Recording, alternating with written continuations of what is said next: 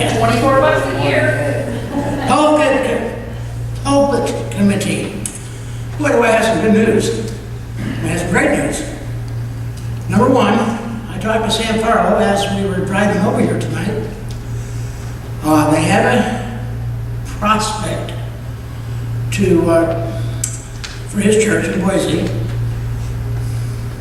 He filled out that what they were lacking was his statement of doctrine, his personal doctrine. They got it and they liked it. Apparently they liked it. Next Sunday, if I remember right, he's going to come back to their church. They're going to talk to him again. And next Sunday, they're going to decide if they're going to raise him to candidate status. The Sunday after that, they'll vote, hopefully, to accept him. 2 weeks after that, Sam Farlow is going to leave and come here. Amen. That's the best case scenario.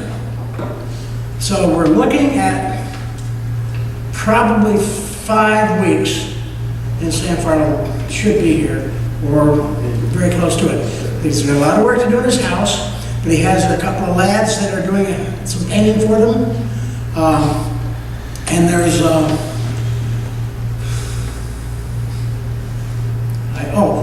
the other thing, he's got somebody else that's going to preach 1 or 2 Sundays, I forgot which now, that will relieve him from the responsibility of developing his sermons. He can spend that amount of time fixing his house.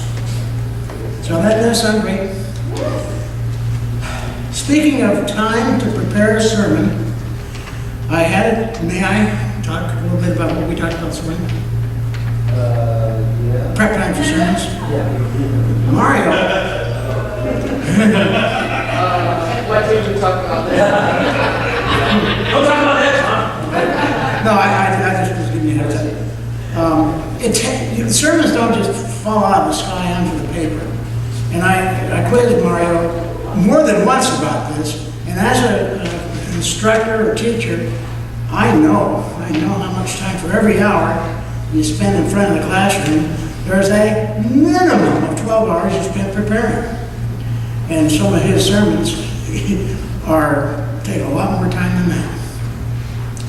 So I've arranged for Mario to get some relief from sermon preps. We're going to have some more folks come in as guest preachers to relieve him, and he can be a deacon again for a while. He's still going to preach. So I think that's a good thing. That Mario will still be preaching, but not as regular as he did before. And that's going to free him up to be a husband, free him up to be a deacon. And he can get the fellowship of deacons on track.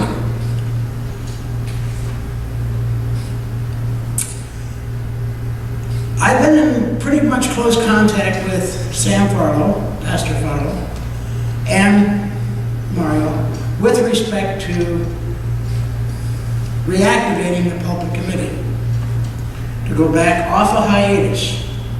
And that's something that I think we all agree should be done reasonably soon. I have the feeling that we should not go off hiatus until after Sam gets here.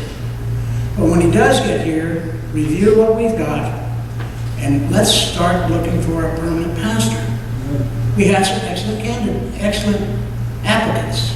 And I think with our budget, and I will be providing you with my needs with respect to money for doing this. I see it soon after the first of the year, get rolling with our search. We find somebody, it's going to take some time to get them here. I mean, Sam's going to have his hands full for quite some time, even if I go back off hiatus.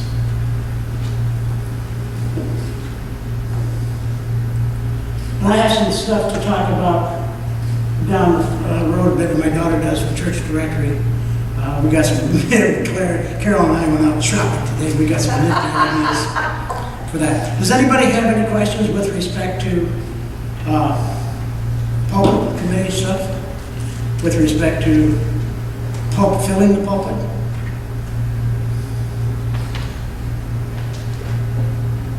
Oh. I guess I I'll made it as clear as mud, John. go out in the garden and eat a worm. Ron, do you want to discuss anything?